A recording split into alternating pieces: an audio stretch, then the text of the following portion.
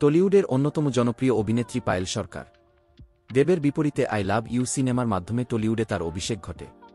ক্যারিয়ারে তিনি একাধিক তারকার সঙ্গে কাজ করেছেন এবং বিভিন্ন সময়ে তার সম্পর্ক নিয়ে গুঞ্জন শোনা গেলেও পায়েল এখনও নিজেকে সিঙ্গেল বলে দাবি করেন। সম্প্রতি কেন তার জীবনে কোনো প্রেমিক স্থায়ী জায়গা করে নিতে পারেনি সে বিষয়ে খোলাখুলি কথা বলেছেন অভিনেত্রী। পায়েল জানিয়েছেন তিনি কোনো সম্পর্কে যেতে পারেননি তার মা-বাবার কারণে।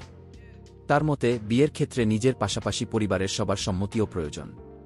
সাধারণ মেয়েদের জীবনে কোনো পুরুষের জায়গা নেওয়া অনেক সময় পরিবারের পক্ষে মেনে নেওয়া কঠিন হয়ে যায়, যদিও তা সন্তানের ভালোর জন্যই। পায়েলের বিশ্বাস, মা-বাবার পছন্দমতো সঙ্গী খুঁজতে গিয়েই তিনি সিঙ্গেল রয়েছেন। বর্তমানে তিনি একাধিক কাজ নিয়ে ব্যস্ত সময় পার করছেন। রাজনীতি থেকে কিছুটা দূরে সরে এসে পুরোপুরি নিজের ক্যারিয়ারে মনোনিবেশ করেছেন। সর্বশেষ তাকে দেখা গেছে শাকিব খানের সঙ্গে দরদ সিনেমায়।